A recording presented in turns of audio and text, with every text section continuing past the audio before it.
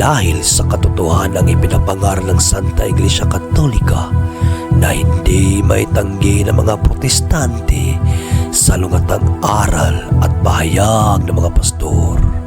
Ilalatad, lalatad, lalatad, lalatad.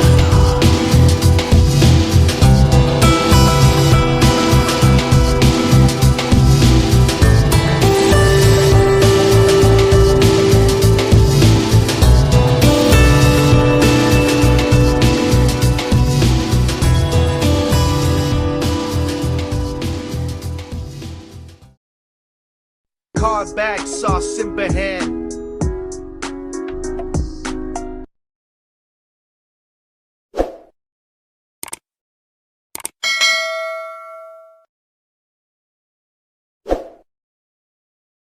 From 6331, sabi niya rito, good evening, Bro Jando, may nakausap ako, OSAS believer. Pwede pa explain ito, sinabi niya, Efeso 2.8 na sinasabing ligtas na. Gawa 2:47, dinaragdag ang mga iniligtas sa libo-libong nangaligtas. So, paki-explain daw Bro John Ray yung Efeso 2.8 at Gawa 2:47. Yes, isa talaga yan sa maling akala no ng mga OSAS believer. Itong Ephesians 2:8-9, kaya nga hindi na sila naniniwala sa good works kasi ang mababasa kasi ganito ito sa Bible ay ganito. For it is by grace you have been saved, no? Through faith, and this is not from yourselves, it is the gift of God, not by works, so that no one can boast. So, papaliwanag din nila sa iyo na hindi ka naligtas dahil sa mabubuting gawa mo. Ganun ang paliwanag nila no? Hindi ka naligtas dahil sa mabubuting gawa mo. Ito ay regalo ng Diyos. Tatanggapin mo ba yan o hindi? So, pag tinanggap mo, di once saved, always saved ka na. So, ganito po ang paliwanag sa Ephesians 2:8-9, mga kapatid. Hindi po yan nangangahulugan na hindi... Hindi, may inalo lang ako din naisip po yung hindi na kailangan dun, dahil dun sa talatang yan. Ang tanong, wala na bang ibang nakasulat? Ang daming ay. So, ganito, explain lang muna natin, Brother Angel, para maunawaan nila. Kasi, yan po ang napakamaling panlilin lang ng mga OSAS believer, yung Ephesians 2:8-9. Tandaan niyo po ito, ang Ephesians 2:8-9, hindi po siya nagpapaliwanag na hindi mo na kinakailangan gumawa ng good works para ka maligtas. Okay? Sa Catholic theology, mayroon dalawang mukha ang tinatawag na salvation. No? Objective salvation at yung ano ba yung isa? Nakalimutan ko yung isa. Objective salvation at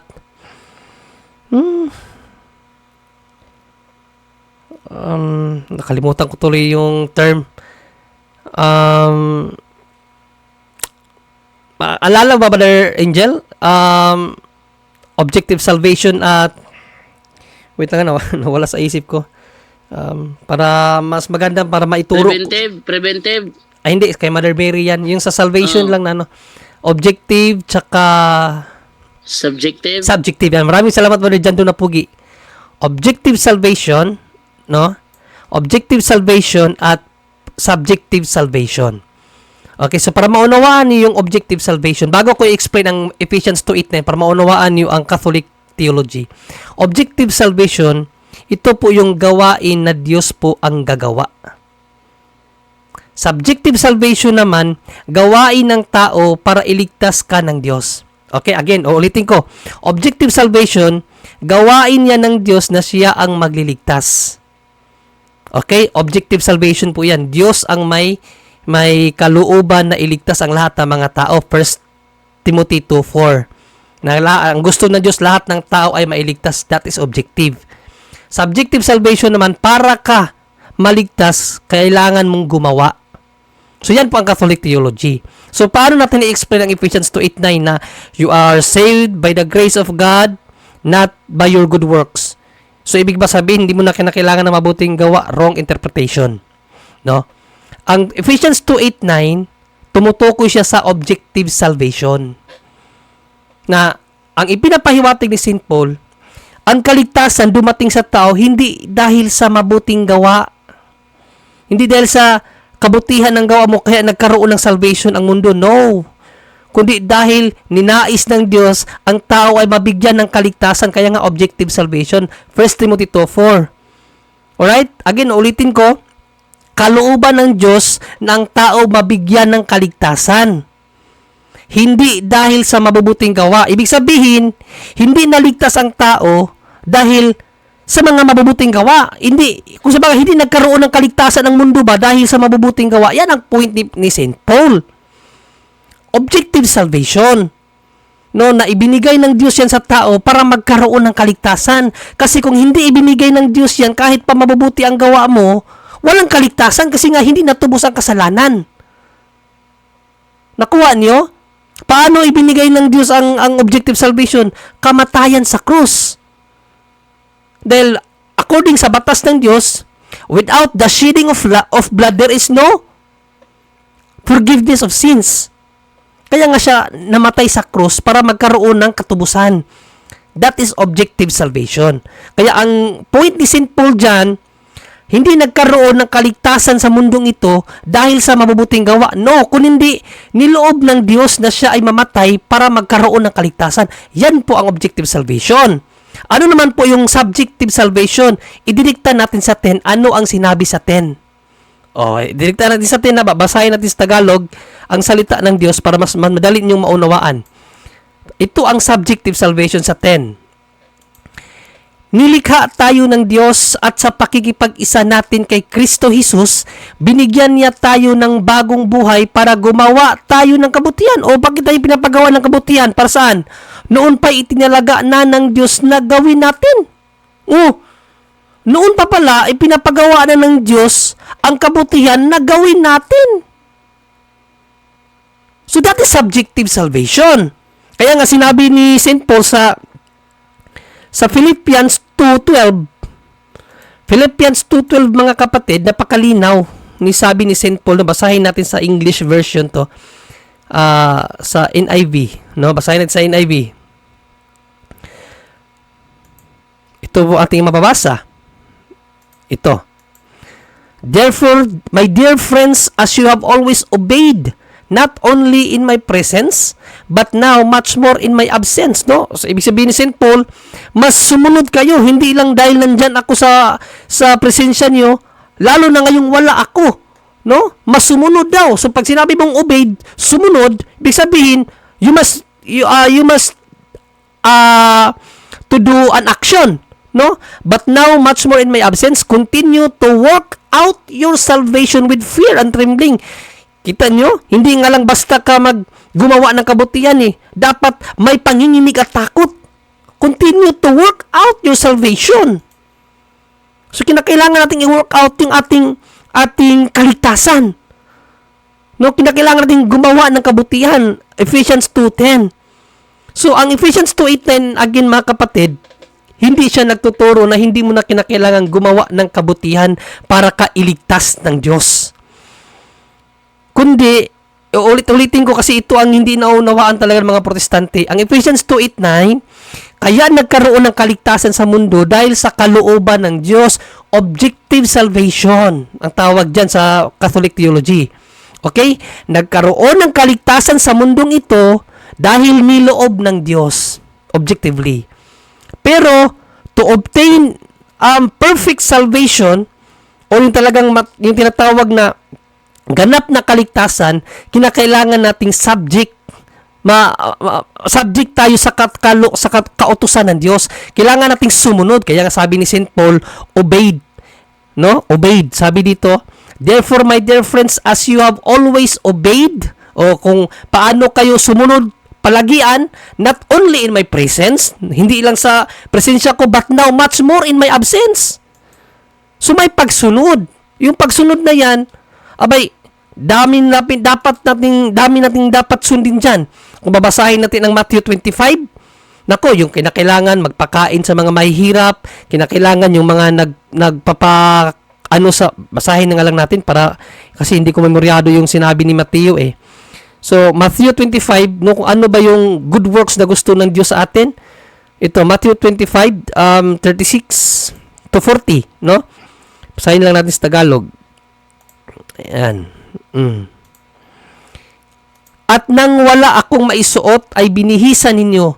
Nang may sakit ako ay inalagaan ninyo. Basahin natin sa 35. Saan ba natin maumpisahan to? Sa 31, no? 31 natin umpisahan, kapatid, hanggang 40 to. Kapag ako na anak ng tao, ito general judgment to, kung ano ang magiging hukom sa atin ng Diyos sa general judgment. Kapag ako na anak ng tao ay dumating na bilang hari, kasama ang lahat ng anghel, uupo ako sa aking dakilang trono. Titipunin ko sa aking harapan ang lahat ng lahi sa mundo, pagbubukod-bukurin ko sila, tulad ng ginawa ng pastol sa mga tupa at kambing. Ang mga tupa na walang iba kundi ang mga matutuwid ay ilalagay ko sa aking kanan, at ang kambing na walang iba kundi ang masama ay ilalagay ko sa aking kaliwa. Pagkatapos, bilang hari, ay sasabihin ko sa mga tao sa aking kanan, ibig sabihin yung mga tupa, halik kayo, kayong mga pinagpala ng aking ama. Manahin ninyo ang kahariang inihanda para sa inyo mula pa ng likain ng mundo.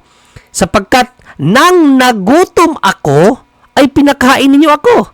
At nang nauhaw ay pinainom ninyo. Ang naging dayuhan ay pinatuloy ninyo ako sa inyong tahanan. At nang wala akong maisuot ay binihisan ninyo. Nang may sakit ako ay inalagaan ninyo.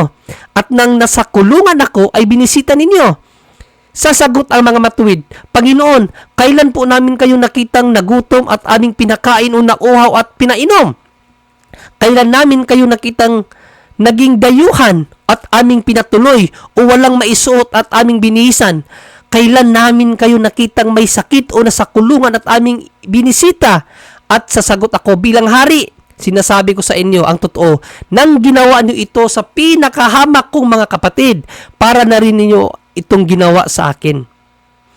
So, lahat pala ng ginagawa nating kabutihan sa ating mga mga kapatiran, yun ang magiging basihan ng Diyos sa atin. So, yun ang good works na gusto ng Diyos sa atin. No? Kinakailangan natin gumawa para masali tayo sa inihandang kaharian ng Diyos. Doon niya tayo hatulan sa ating mga gawa, mga kapatid. No? 2 Corinthians 5:8-10, hahatulan tayo ng Diyos ayon sa ating mga gawa, tapos hindi tayo gagawa ng kabutihan.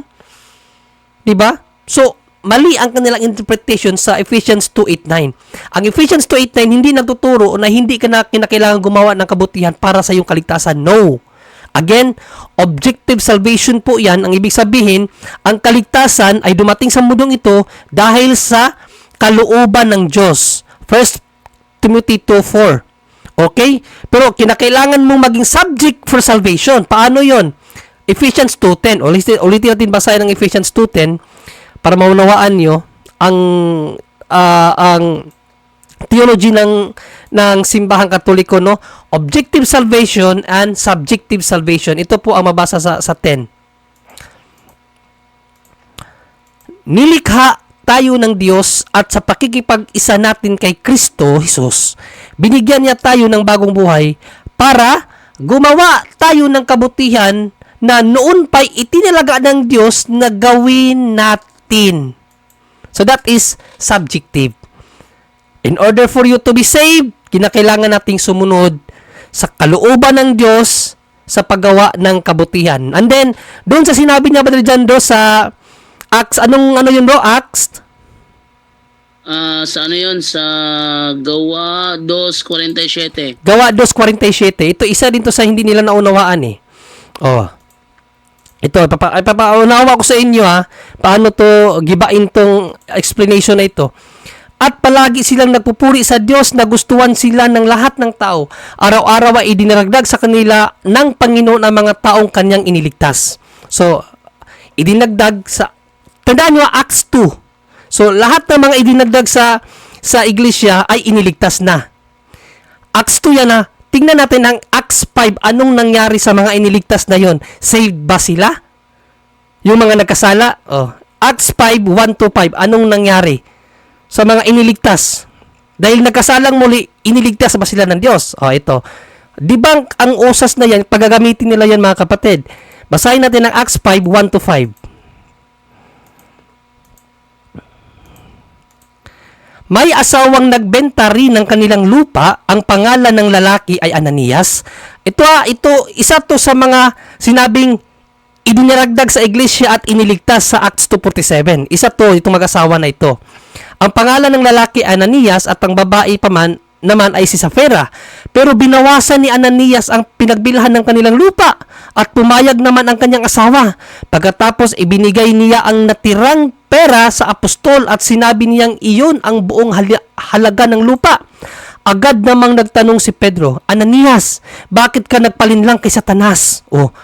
Ibig sabihin, naligtas na sila pero nagpalinlang kay Satanas. Iniligtas pa rin sila? Basahin natin anong nangyari dahil sa kanilang pakikinig kay Satanas. Nagsisinungaling ka sa banal na espiritu. Tandaan niyo saan sila nagsinungaling? Sa banal na espiritu. Dahil binawasan mo ang pinagbilhan ng lupa ninyo. Hindi ba't ikaw ang may-ari ng lupang iyon bago mo ibininta? At nang maibenta na, hindi ba't nasa sa iyo ang pagpapasya kung ano ang gagawin mo sa pera? Bakit pa nagawa ang ganito? Nagsinungaling ka hindi lang sa tao, kundi lalong-lalo na sa Diyos. Anong nangyari dahil nagsinungaling sila sa Diyos, sa banal na espiritu? Pagkarinig noon ni Ananias, natumba siya at namatay. Agad naman siyang nilapitan ng mga binata at binalot ang kanyang bangkay. Pagkatapos dinala nila siya palabas at inilibing, at ang lahat ng nakatirang pangyayaring iyon ay lubhang natakot. Pagkaraan ng mga 3 oras, pumasok ang asawa ni Ananias, ang asawa naman niya. Pinatay na ng Diyos si Ananias dahil sa kasinungalingan, pagsisinungaling sa banal na espiritu. Wala siyang kamalay-malay sa nangyari sa kanyang asawa. Tinanong siya ni Pedro, sabihin mo sa akin ang totoo. Ito lang ba ang pinagbilhan ng inyong lupa? Sumagot si Safira, oo. Yan, grabing kasinungalingan yan. No? Oo. Tinanong siya ni Pedro, kahit alam na ni Pedro, kasi gusto ni Pedro, umamin siya sa kasalanan, pero hindi siya umamin. Nag-deny siya. Yan nga ang buong halaga. Kaya sinabi ni Pedro sa kanya, bakit ka nagkaisa kayong mag-asawa na subukan ang espiritu ng Panginoon? Tingnan mo, nandyan na sa pintuan ang mga binata na naglibing sa asawa mo at bubuhatin ka rin nila para ilibing. Anong nangyari? Pagkatapos sinabi nun, natumba noon din si Safira sa harapan ni Pedro at namatay. Iniligtas ba sila ng banal na espiritu sa kanilang ginawang pagsisinungaling? Tandaan natin si Safira at si Ananias, part sila nung iniligtas sa Acts 2:47. Idinagdag sa simbahan, mga iniligtas. Pero sa Acts 5, nagkasala sila, nakinig sila kay Satanas, pinatay sila dahil nagkasala sila sa Espiritu Santo. Ano ang sinabi ni Panginoong Jesucristo sa mga nagkakasala sa Espiritu Santo? Matthew 12, no?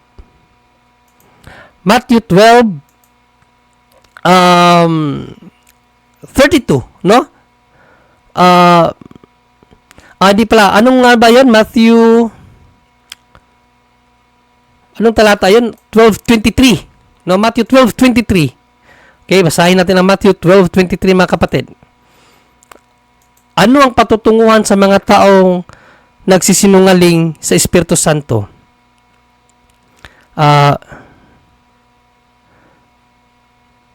Ay hindi wait lang, ano bang nakalimutan ko yung talata, no? 12:32. 32, no, Brother Romel. So maraming salamat, Brother Romel. Ayan, no. So 12:32, anong nangyayari sa mga tao na nagsisinungaling sa banal na Espiritu Santo? Ito, mga kapatid. Ang sino mang magsalita ng masama laban sa akin na anak ng tao ay mapapatawad. So may kapatawaran pa kapag nag-blaspheme ka sa Panginoong Jesucristo, no? Posible pa na mapatawad ka. Ngunit ang sino mang magsalita ng masama laban sa banal na espiritu ay hindi na mapapatawad kailanman. No, sa ibang salin nga nito, basahin natin sa ibang salin, no? Datapwat ang sino mang magsalita laban sa Espiritu Santo ay hindi ipatatawad sa kanya kahit sa sanglibutang ito o maging sa darating. Ibig sabihin, pinatay na yung dalawa dahil sa Espiritu Santo sila na nagkasala, possibly hindi na pinatawad ang kanilang kasalanan kasi nga nagsinungaling sila sa Espiritu Santo at hindi nila inamin ang kanilang pagkakasala. Ngayon, Acts 2:47, dinaragdag sa iglesia ang nailigtas. How about sa 5:1-10? yung mag-asawa na nagsinungaling sa Espiritu Santo, iniligtas ba sila based sa banal na kasulatan? I don't think so.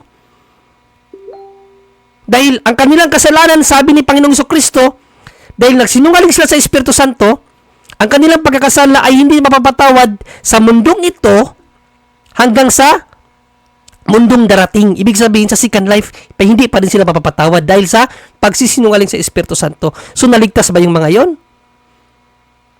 Okay, so, kayo ang humusga based sa revelation ng Diyos.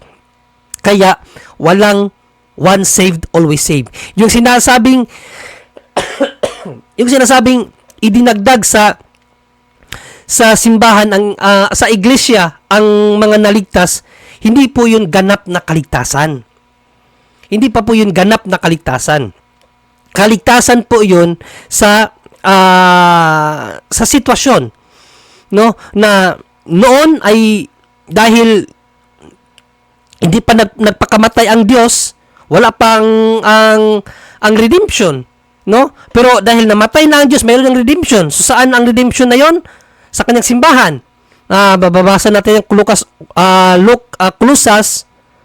Colossians 1:12 to 14, pero sa 14 ko na lang agad idirekta, no? Sa 14 sa King James Version, nasa kanyang simbahan ang redemption. So, ang ibig sabihin ng kaligtasan na yun, pagtubos, redemption. Ito mababasa natin. In whom we have redemption through His blood, even the forgiveness of sins. Saan yan? Sa 13, who hath delivered us from the power of darkness and hath translated us into the kingdom of His dear Son. So, nasa simbahan niya ang kaligtasan, ang pagtubos. So, yung kaligtasan na yun, sinasabi ni San Lucas sa Acts 2, St. Peter ang nagpaliwanag doon. Sa Acts 2:47, ang kaligtasan na natamo ng mga idinaglag sa iglesia, redemption, katubusan sa kasalanan, hindi pa yun ang perfect salvation. Kasi ang perfect salvation nasa langit pa. Hebrews 12:22 to 23, ang mga taong ginawang ganap ay nasa langit. Sa lupa, wala pang kaganapan sa lupa. Kasi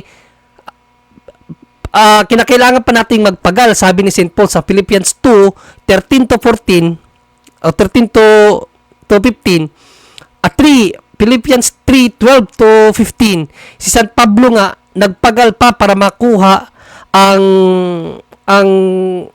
yung tinatawag na bayad sa kanyang pagkatawag, pagkahirang, no, yung crown of life. So, kinakailangan pa nating i-process yung ating salvation, mga kapatid. Kaya wala pong one saved, always saved, no? Ang Ephesians 2:8-9, again, hindi nangangahulugan na hindi mo kinakailangan ng good works for salvation. Mali po yun. Kasi nabasa nyo sa 10, kinakailangan mong gumawa ng kabutihan na inihanda ng Diyos sa atin na ating gawin.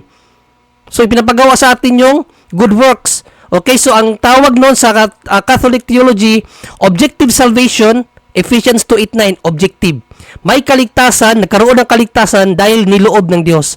Pero sa Ephesians 2:10, subjective. Kinakailangan nating sundin ang utos ng Diyos to obtain perfect salvation. Yun lang, Brother Jando. Maraming salamat, bro.